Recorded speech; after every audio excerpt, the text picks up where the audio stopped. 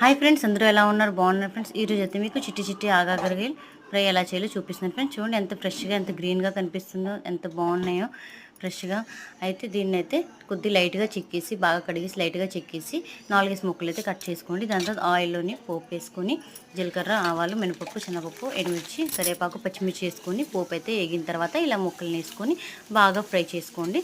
High ఫ్లేమ్లో బాగా fry చేసిన తర్వాత మూత అయితే పెట్టుకోండి. కొద్దిగా ఆగాకరగా ఉడికిన తర్వాత అప్పుడు ఇందులోని పసుపు, కొద్ది కారం, కొద్ది జీలకర్ర పొడి, ధనియాల పొడి, కొద్ది సాల్ట్ వేసుకొని మళ్ళీ హై ఫ్లేమ్లో బాగా ఫ్రై చేసుకోండి.